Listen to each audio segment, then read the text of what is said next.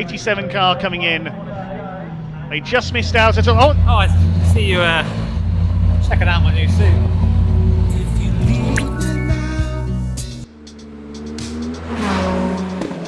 Handbrake on the way in. Look at that rock.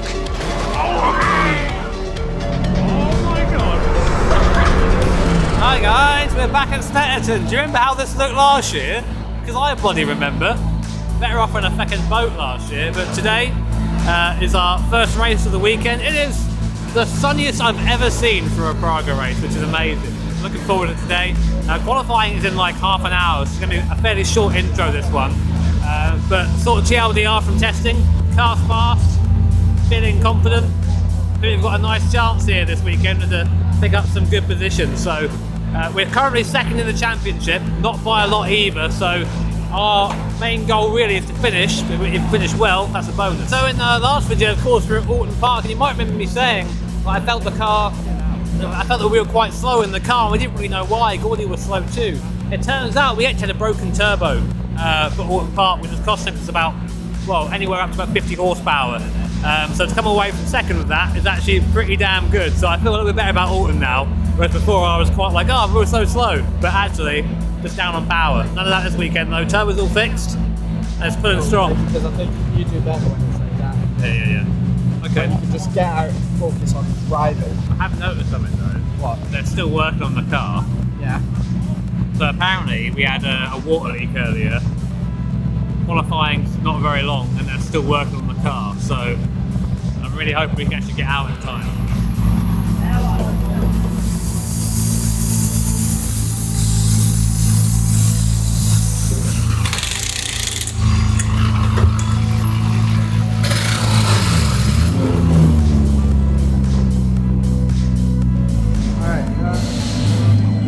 Obviously, big weekend ahead of us here at Snetterton. Jimmy is currently in the car for qualifying. I think we've got really good pace after yesterday, so I think we're confident. The big goal of this weekend, being only 7 points behind the championship leader, is obviously to take that championship lead. So see how it goes. So qualifying then, and I'm out first, and I'm determined to put in a decent lap, because to be fair, qualifying is usually my weakness and it hurts us both as a pairing. But into T1 there, down to 5th there, and back on to the throttle now. So look to the markers on the left, look for the 2 marker, there it is, heavy on the anchors. We come over to the inside of the corner, a lot of camber there, and the car likes it. Then we roll the car through the corner and aim for the outside curb. Could have used a bit more there, but it is what it is. Now we come into this left-hander, and I get this a little bit wrong. I fire in a little bit too much speed in the wrong part of the course here. You can see me having to correct mid-corner, slowing myself down. Lost a bit of time there, but it wasn't too bad. Now, second hairpin, again, look to the right-hand side. We brake just past the 2 marker this time. And again, roll the car through, look for the exit. We can use all the road on the exit here, so I do run over the grass crete. And now into Hamilton Corner, a little bit slow through here. I hit the brake a tiny bit too hard, a little bit too much speed scrubbed off, but not so bad. Now into Oggies. This corner's a bastard. You have to get on this curb on the inside. It tightens up on exit, so really easy to run wide and dip a wheel onto that sand there. Now onto the back straight. Very important corner here. Took a couple of stabs at it, but got it turned in nicely. And now we let the car run away down the straight. We're running quite a little wing down there, so getting up to a fairly high speed before, again, looking to the right-hand side, just past the 2 marker, on the brakes hard, down to 4th, 3rd, run the curb on the inside, then 2nd at the end here to help the car turn in to the right-hander. Be easy there, easy to spin the car, as you'll see very shortly. Now into the bomb hole. Accelerate hard out of here, and now the important thing for this lap time is to carry lap all the way around Coram. The speed for about 190 k's through here, average speed, and slowing it down slowly. Hit the brakes a little bit too hard, bit of a wiggle there, but managed to gather it back up. Nice run there through the last corner, and then to the start-finish line for what would be my fastest lap of the weekend, a 1:48.6. That's 5 seconds faster than last year. But on the next lap I was going even faster. Green in the first sector, purple in second. I even caught the attention of the stick here, but unfortunately I made a bit of a mistake coming out of the right hand, just trying to nail the exit as hard as possible in second gear, and around we go there. You see I spun the rear tyres just to avoid stalling the car, clutch in, but unfortunately lap was gone, and I thought best now to bring it into Gordy so he can set his flying lap.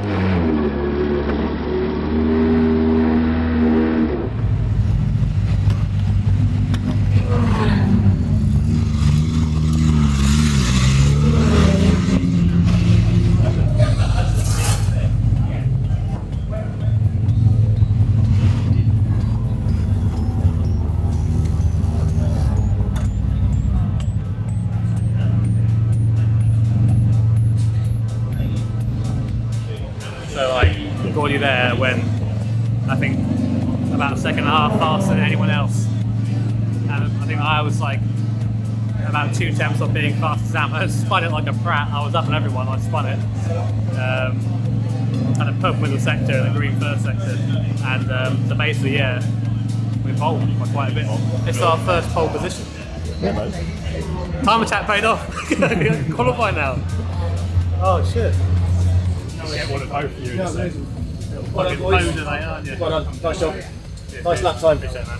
Good job, mate. Happy well done, dude. Yeah, it was. How does it feel, man? Knowing that like we got pole because of like a joint effort is pretty great, mate. Even without Gordy's time, you would have been Well, yeah, I mean like right up there. I think like yeah, without Gordy's time, yeah, still would have been pretty high up as well. So I think I had a 47 in me, but didn't quite manage to put it off. So yeah, I'm buzzed with it.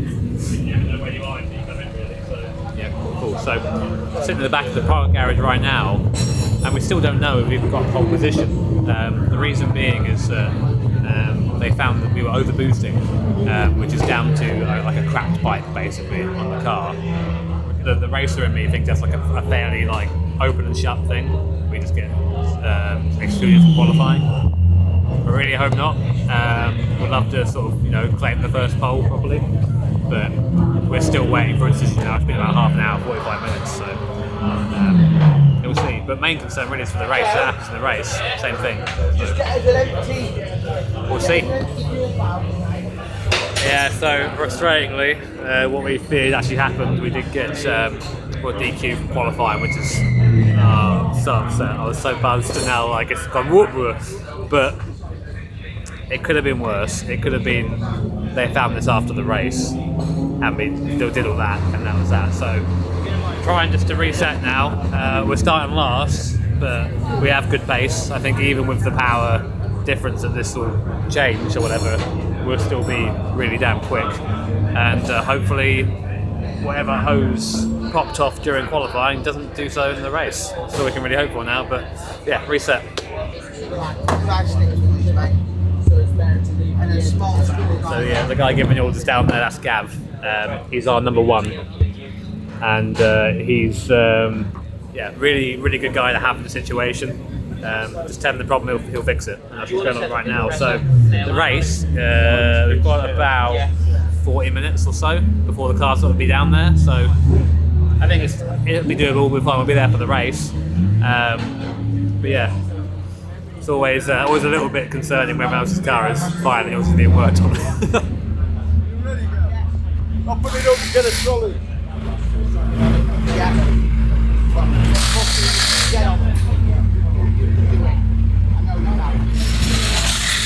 So we're starting from the pit lane now, not in P9. Whoa. So no rolling that to warm the tyres or anything. Gordy's pretty fired up. So I mean, if anything, it's going to be fun to watch, I think. The car will have to start from the back, which is a bit of a shame, but we'll see Gordy Much starting that car, so he's going to come through from there.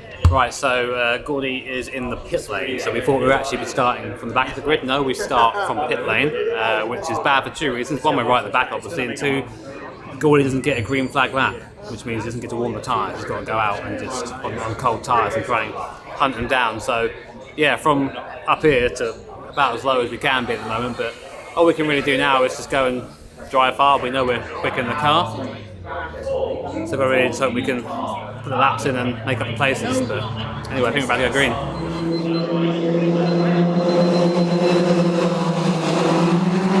Power comes on and away they go. They charge up towards the first corner for the first time.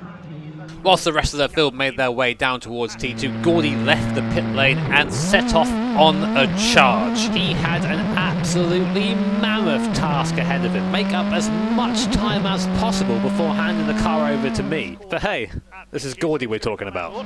Then Rod Goodman. Gordy Much has got ahead of Ed Bridle. There's a battle in the background. Looks like Gordy Much making a move on Scott Mitchell in the background. Yes, he's got through at Palmer's up into 5th position. Gordy Much is ready to make a move. He pulls out down the straight into the right-hander at Riches. He goes through up into 4th position. Make another move here. Here comes Gordy Much. Here into Grundles. Yes, he's up the inside. He goes through. Gordy Much started from the pit lane, but he's flying through the order. 9 laps completed. Another fastest lap for Gordy Much. 147s he's into now. 147.781. He's really taking lengths out of the lead. Fastest guy on track, P3 after starting with the pit lane. Reckon. 86 of Morales continues to lead. 87 of Much closing up. Oh no. And now Ben Collins is right with him in the 85, and Gordy Much is right with them as well. Yes, Morales has definitely slowed up a little here. This is slowing the two behind him though, trying to get round, and Collins put a wheel onto the grass there, going into Palmer's. Morales goes wide into Agostini. Collins has a look. There's nearly a touch between the two of them there.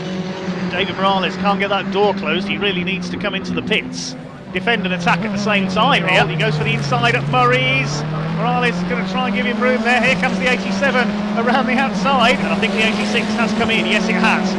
Gordy Much has got through as a result of all that, so that's what happened. Morales was slowing to come into the pits. So an amazing drive from Gordy. It puts a massive smile on my face watching this footage back and just seeing this talent out there being shown to the world. But all was not well. The keen-eared amongst you might have realised that the car was sort of hesitating as we were going up through the gears. And we were worried that this might be a repeat of the problem that we had in qualifying. Box. That'd be the race gate. Yeah, the shake was going into it, stuck in the race gate. So It sounds okay now. yeah, I'm not sure he can hear me. I don't know. I'm not too sure. I haven't been out to hear it. But it could be a bit of shake in the waste gate. You know what I'm saying? Gordy, box, pit confirmed.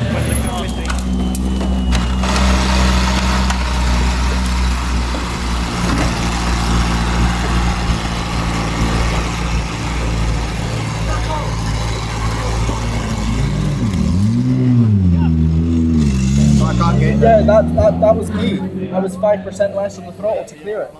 If you go full throttle, but like I was driving maybe 5% less throttle just so it runs smoothly.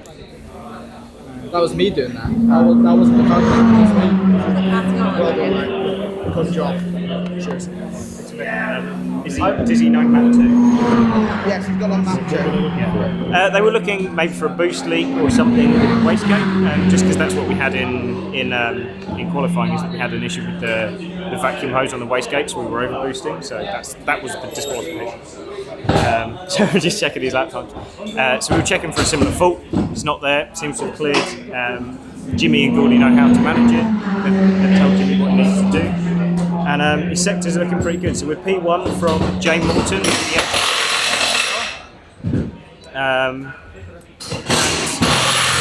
So I guess what we need to do now is just hold on to it, pull a good result out of a bad start. So this was a really interesting stint for me. There's not much to see in terms of on board because I'm just on my own, but I wanted to give you a bit of context. We knew we had some sort of issue with the car. We didn't know what it was, but we tried to manage it the best we could. So as soon as I came into the pits, we turned the car down to map 2, which means it was running less power than it was at the start of the race. And I was being told to short shift and lift and coast to the end. Basically cruise home. I was well aware that I was being caught by the guys behind me, but I was basically told I could use all the gap we had just to slow it down to the end and basically cruise home. And the 87 car of Fanatec Praga Racing, started by Gordy Much. He was the last to pit. He built up as much of a lead as he could, and it's going to prove enough for his partner, sim racer and YouTuber Jimmy Broadbent. The 87 car coming in. They just missed out at all. Oh, there's a tangle on the final lap between the 4th place bike. Jay Morton has spun. Pick up what happened there shortly, because the 87 car is coming in towards the checkered flag. Broadbent and Much take the win. Our first Praga Cup race of the weekend. Matt Bell brings the car started by Rob Weldon home in second. The gap was down to 2.25 seconds at the flag. Emily, can you grab the bottles? I've just got to go down to make sure I'm near the clerk of the course in case we have to challenge some things or defend some challenges. Alright, I'll see you when you come in, dude. Lovely job, well done.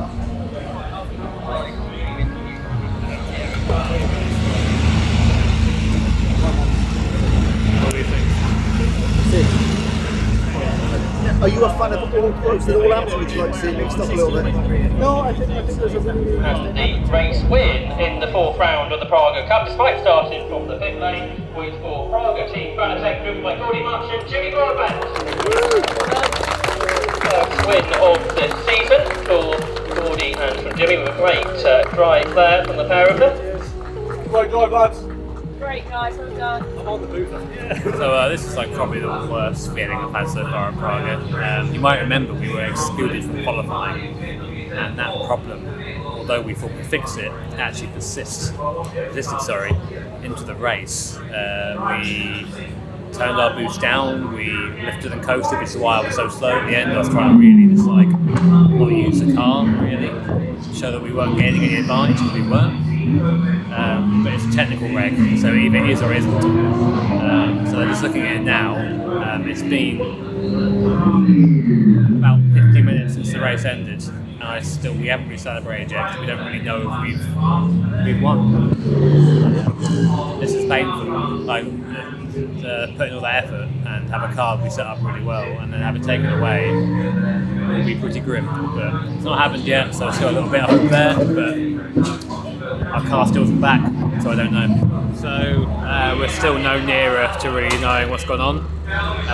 So I think we're going to have to just leave it for now. I don't want to hang around here much longer. Go chill out and go hide the trophy and pick it up tomorrow. So see you then.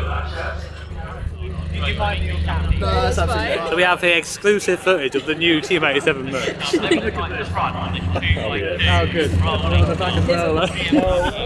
So about 8 PM last night, we found out that we were in fact disqualified from the race. So we lost our win. Had to give the trophies back, which stung a bit, and got no points, which is for our championship pretty dire, because the guys who were second won. They got promoted to the win, and we're now a long way behind them in the standings. So, I mean, it's not over yet. It's going to be hard to come back from that, for sure.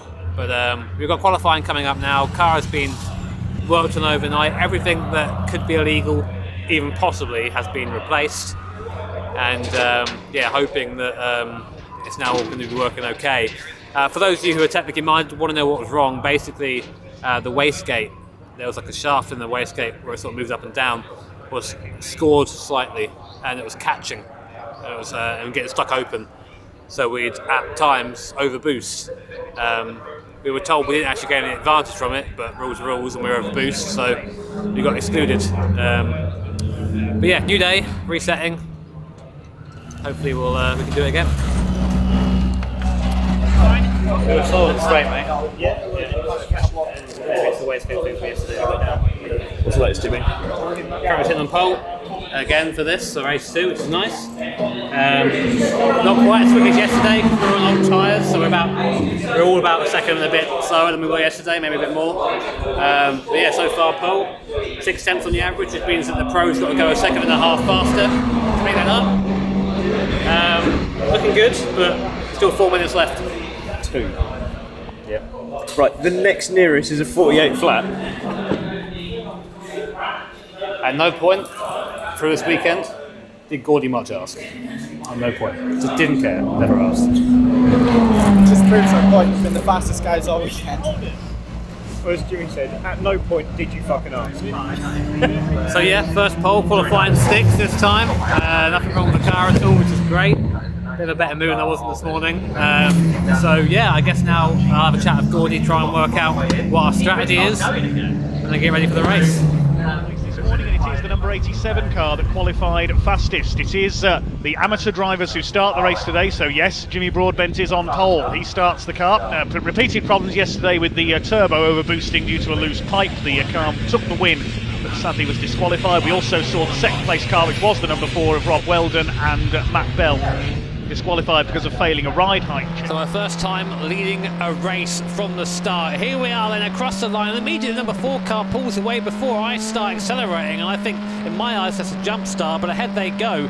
And in my confusion, I forgot to watch my mirrors, and here comes the bridles too, so an awful start by me there, down to third almost immediately. I'm already thinking, okay, this can't stand. Gordy's helped me get on pole. I need to make sure I get these places back. So I try looking around the outside of Chris Bridle here. Not quite enough grip to do that as I slot back into the slipstream behind me. Behind me is our championship rival as well. So I'm looking in my mirrors and looking forward at the same time. Through this left-hander, very little grip at the start. Hayden Seger, a better run out the corner compared to Chris in front of me. He goes defensive straight away. I think, okay, let's try and send it around the outside here. This is a bad decision from me because I'm alongside here, but now I'm on the outside, and there goes the Mattel car on the inside who forces me wide onto the grass. And just like that, I go from first down to fourth in a few corners. Charles Hall makes a move. Broadbent's on the grass. Through goes Charles Hall up into third. So a bit frustrating, but I found myself down in fourth place. And to make matters worse, you can see on the windscreen it starts to rain. Just spits at first. And last time I had this experience at Silverstone, I got very, very nervous and made a lot of mistakes. So I was just trying to get into my head, Jimmy, keep pushing, keep the tyres alive, don't let them get cold, because as soon as they cool off in the rain, that's when you lose your grip and start having all the issues.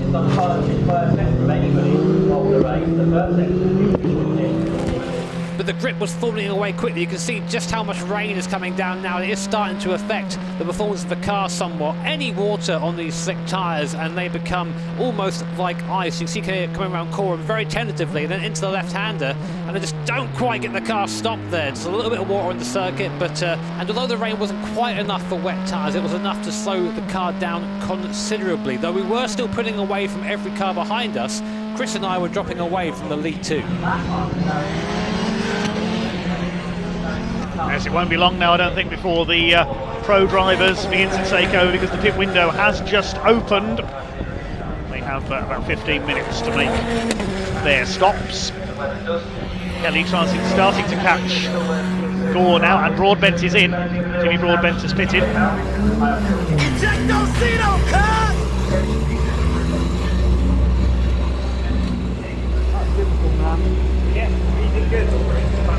Due to success penalties in the first race and a bad pit stop for the Bridles, Gordy came out in second place, but was a good chunk of time behind the leader.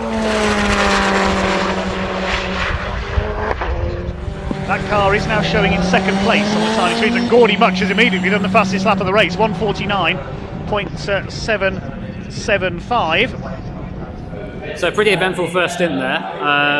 I feel like we got jumped at the start by the number 4 car, so we'll look into other car footage to make sure that we're, making sure that's the right accusation before we make it. But it was tricky. Yeah, I mean, I sort of made a few wrong choices at the start as to where to put the car, and just suffered a bit because of that. I got run off the circuit by the 77th racing. He had the inside, but he pretty much ran me off into the grass. And then just sort of stayed behind the bridle for a bit, and then it started to rain. Didn't seem like much, maybe from down here, but out in the circuit was a little bit out there, to the point where it was affecting driving a little bit. And to be honest, whilst again I wasn't the fastest out there, I'm quite happy with that, because at Silverstone, same thing happened, and I just panicked and spun like 4 times. Here, kept my temp up, kept going, and kept on the back of bridle. All I had to do was stay on the back of Chris. So yeah, happy with that. Gordy's out now in second place. It's a big gap for him to close down. I'm not sure he's going to do it or not, but if anyone can do it, it'll be Gordy. Car number 4, now driven by Rob Weldon, is under investigation by the stewards for a short pit stop. They may have not spent the minimum amount of time in the pits. Oh, the number 4 car has been given a stop-go penalty. Car number 4, stop-go penalty for a short pit stop. Number 87. So yes, drama, a short pit stop penalty for the number 4. I know how frustrating that is to be on the end of that, because we had the exact same thing at Silverstone, but it then promoted Gordy up into first place, and with a healthy gap behind, things were looking good for us. But I think it's fair to say in the last few laps we were definitely not the focus. There was an absolutely awesome scrap for 4th place going on, and we were absolutely glued to our monitors. It was amazing to watch. Seconds now. This is the battle for 4th position then. Mattel now ahead of Westmail. 2 seconds there. Chippy Westmail. We didn't see what's happened, unfortunately, but he goes wide again. He may have done something like that, actually. Mattel and Westmail so busy battling each other, they haven't noticed the 86 car catching them up. This is going to be a 3-way fight shortly. Gordy Munch was trying to lap Rod Goodman there. Goes to the inside. Morales jinks across. That's a single-seater move if ever I saw one. He's surely going to go underneath the 29 here. They're side by side on the exit of Agostini. Morales, he gets it crossed up and doesn't manage to get through. The clock is down to 0 of Scott Mittell. Meantime, there's the leader, the 87, the Broadbent and Much car. Still side by side, Westmail around the outside, he's got past him. He's through on Mittell. Chippy Westmail round the outside of Rundle, got the inside for Nelson. And now is David Morales going to be able to get past the 77. And look at the way that Westmail is pulling away. The 77 car was clearly the cork in the bottle there. The Fanatec Praga Team 87 car, started by Jimmy Broadbent, taken over by Gordy Much, who has blitzed the field in the second half of this race, and he's coming in for a dominant victory. How you feeling, mate? How you feeling?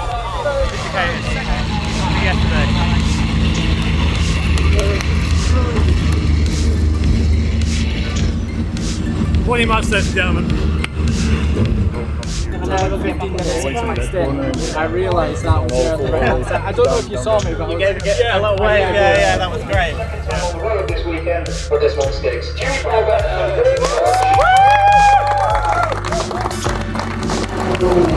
Well, guys, fantastic stuff. Really exciting racing this weekend as well for the Prague, as it has to be said. It's been a real demonstrator that even if there is a smaller grid, it's still very, very exciting racing.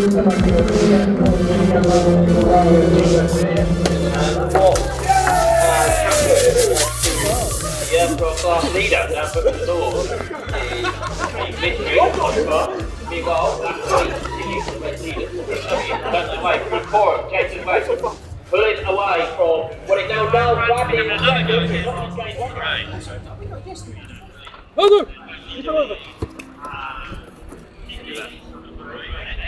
That's really hard to do. Yes, we won. It's falling over. We won. This one feels a lot nicer, not contested at all, and I think it just shows from yesterday that we had the pace to do it. It was frustrating we got the DQ. It is still going to be quite damaging for us in the championship, even with this win. But we show we can do it, and hopefully for the rest of the season we can carry that pace and be as quick. Yeah, tricky start to the race, a bit slippy. Felt like I got through it all right. Gordy did amazing Gordy things, but yeah, yesterday we were sort of thinking about, are we going to get to keep our win or not? And I was thinking, there's so much stress gone into it, I don't actually want to keep the trophy because I always think of that moment. But this one, completely different. This is ours, we earned it on pace and on merit, and we won by a fair margin. So there's any doubt, I think it's definitely gone now. But yeah guys, up and down that one, but if you enjoyed the video, do all that good shit, like, comment, subscribe, and stick around, it's going to be an interesting championship I think.